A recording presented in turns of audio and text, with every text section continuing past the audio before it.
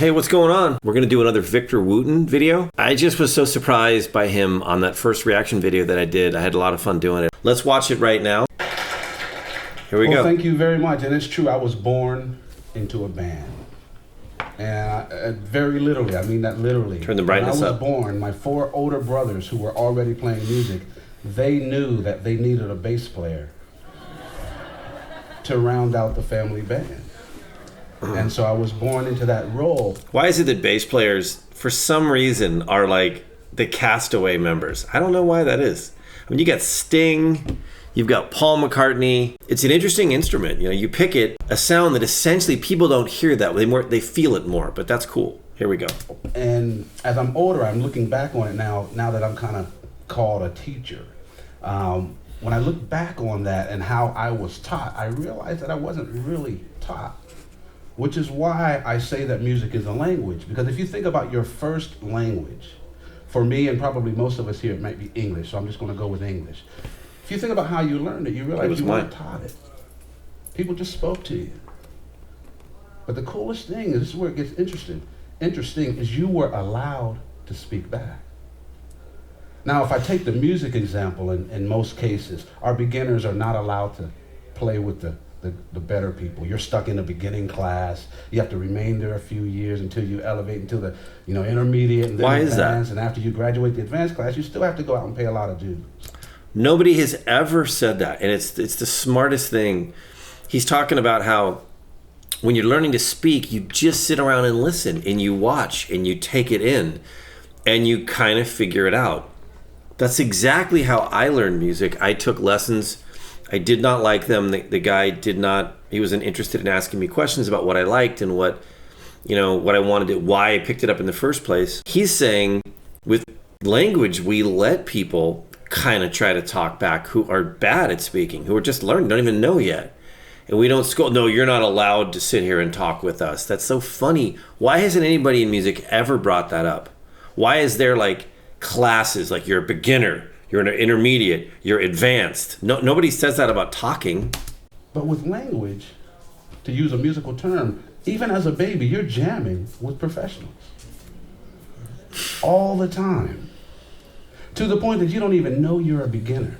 That's so cool. No one says, I can't talk to you until you got to go over there. When you're older, then I can speak to you. That doesn't happen. It just doesn't happen. No one tells you what you have to say. You're not made to sit in a corner and practice. That might be the big killer of people with music.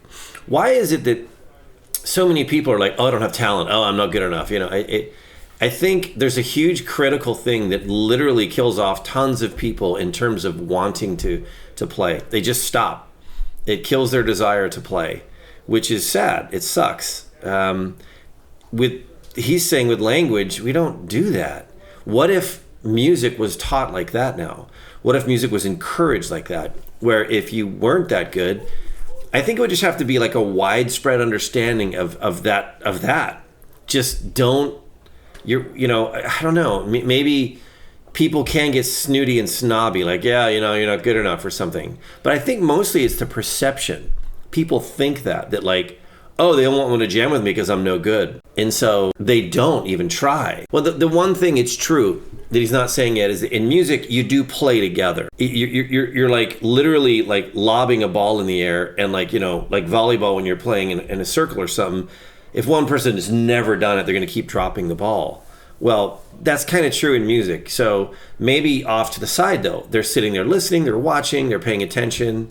But it's a very good point. You're never even corrected when you're wrong. I think that applies, how this could apply in real world change with music, people not being critical and quitting music too early, is just this thought process that, look, it's okay to just not know how to do it yet.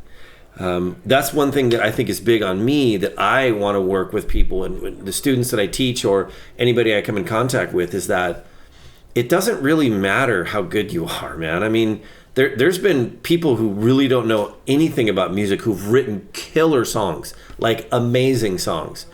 And then there's people who know theory so deeply, who like, I don't know, they maybe they're they're out of touch with like the emotion of music. You know, I don't ever want to be out of. It's not bad to learn theory as long as you keep your emotion intact with music. I didn't even care about theory. I hated scales. I thought they were lame. I wanted to be in the Sex Pistols. I wanted to be in a punk rock band. I didn't care. I wanted to just be there in like a cool leather jacket. It was a vibe to me. It was not just the looks, but that was like the dressing. It was the emotion. It was like the power of the music that was coming through to me was a motive and emotion.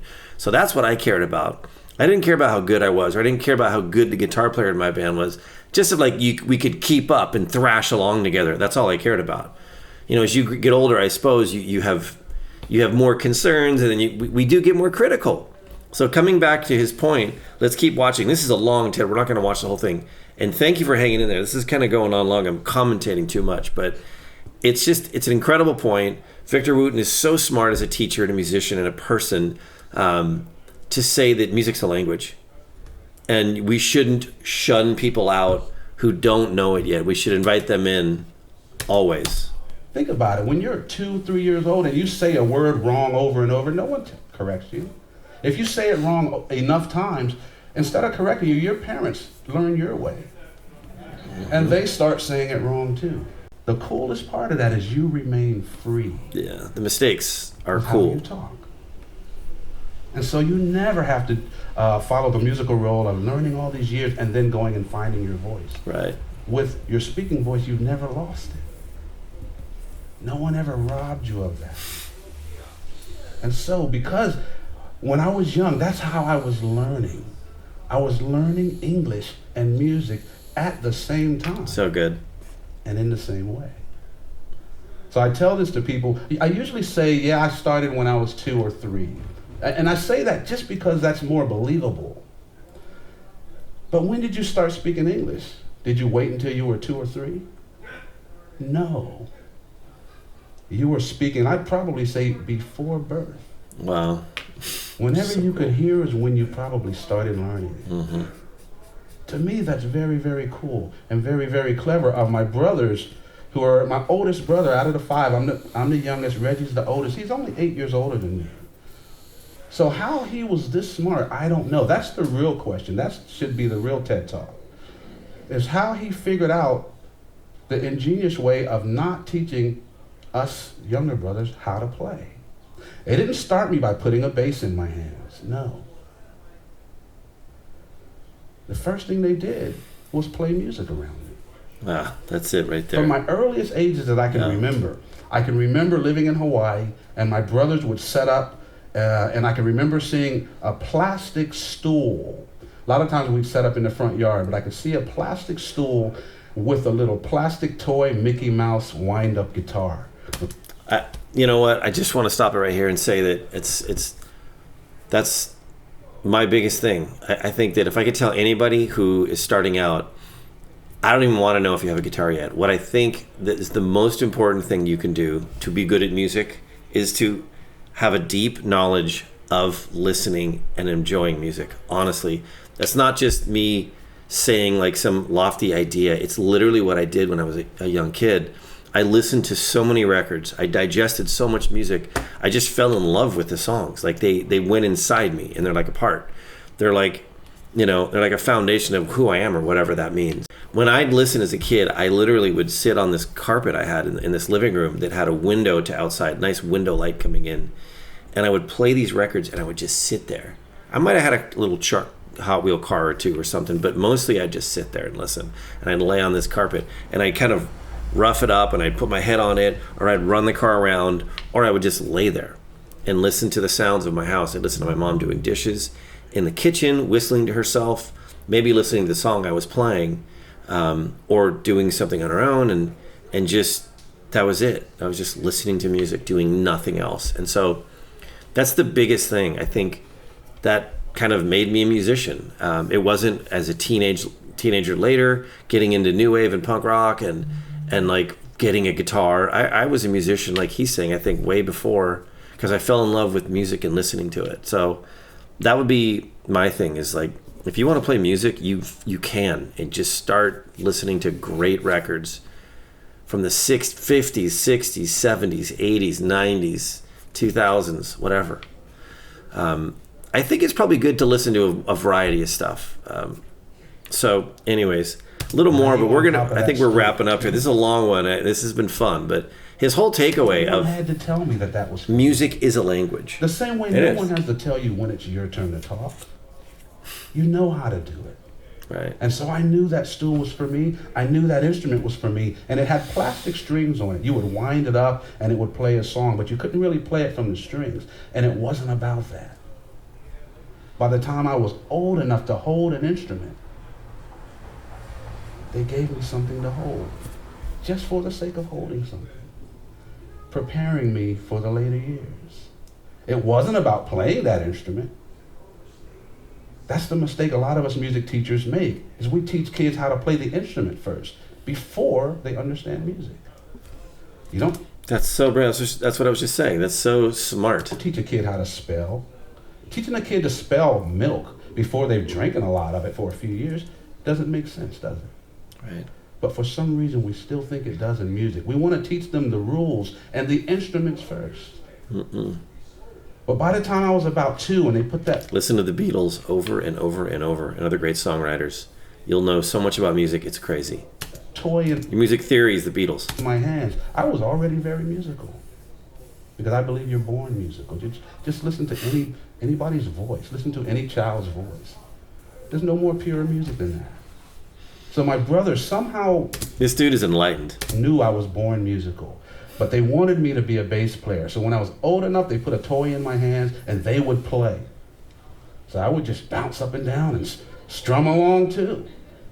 But the coolest thing about it, again, is it wasn't about the instrument. I was learning to play music, not an instrument. Right. And I continue that hopefully today. That's the key.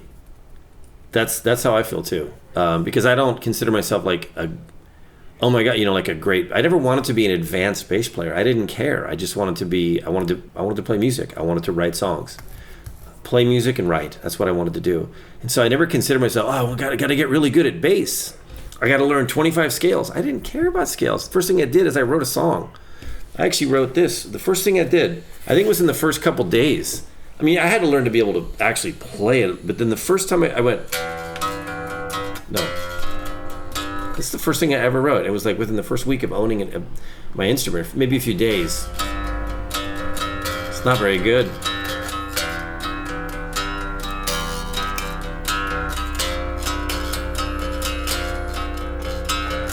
Music. It's not a song.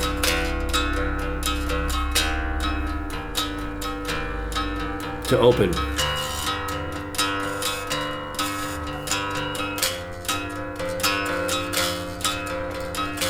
And so on and so forth. And the guitar came in, and then little drums, and then it kind of went to a rocking part. But it stayed in those chords. That F with the G open, and then the E, and the F, then the E, and then the E flat, and then the D.